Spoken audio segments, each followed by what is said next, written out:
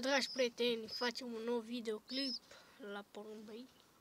Video ăsta o să fie numai cu porumbei, o să facem și numai cu iepul și cu cabra. Așa, aici mai are apă. Vede? Uitați ce s-a dezvoltat acolo frumos. Este el. Seamănă puțin cu un jucător. Gata, băiatul, gata, sau fetiță. Nu știu, nu se cunoaște și... Nu...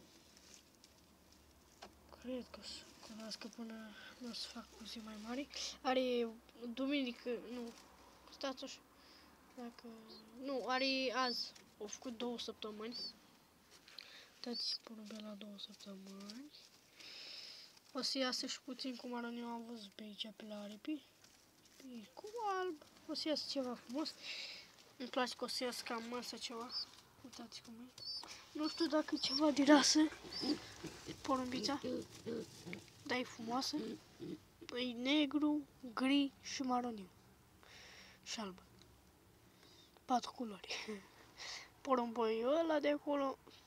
Acolo mai are grăunță, grâu și orez. Așa le pun eu. V-am zis că le place. Aici, acolo e rănitoarea unde am avut eu proaică aici, dacă țineți minte. Uitați-l. Așa, mergem și la voliera în miniatură, care la vreau să vă arăt și pe asta. Avem noutăți la perechea aia neagră. I-am dat drumul la porumboiul ăsta, deci, așa, revenim. Am revenit. Dați porumboi aici. Acolo tot porumboi. Se vede așa că au făcut pe aici răvale de bunii.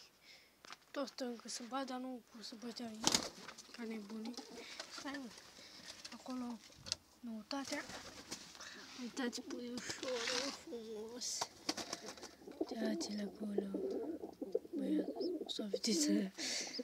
Gata. Hop. E cam spiricioasă, mama. Nu, că nu fac nimic. Nu-ți fac nimic, gata.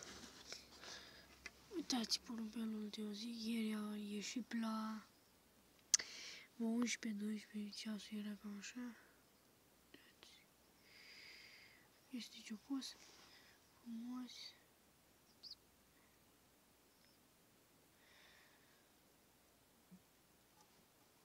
Trebuie să iasă și ăsta aici.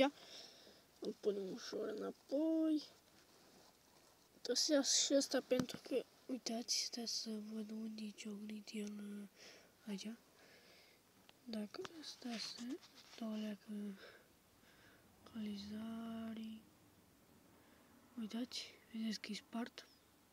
Deja aștept să văd ce. Să iasă ceva frumos, să văd ce culoare dă. Sper să-i dea ceva frumos, ca taică sau negru, depinde. Așa. Aici, cum am zis că le pui așa, mai grăunță, grânul, m-am băgat. Ziceți că îi pun prea mult, dar ăsta trebuie 3 zile, dacă cum ar fi acum. Uitați porumboiul frumos, acolo cealaltă. Uitați.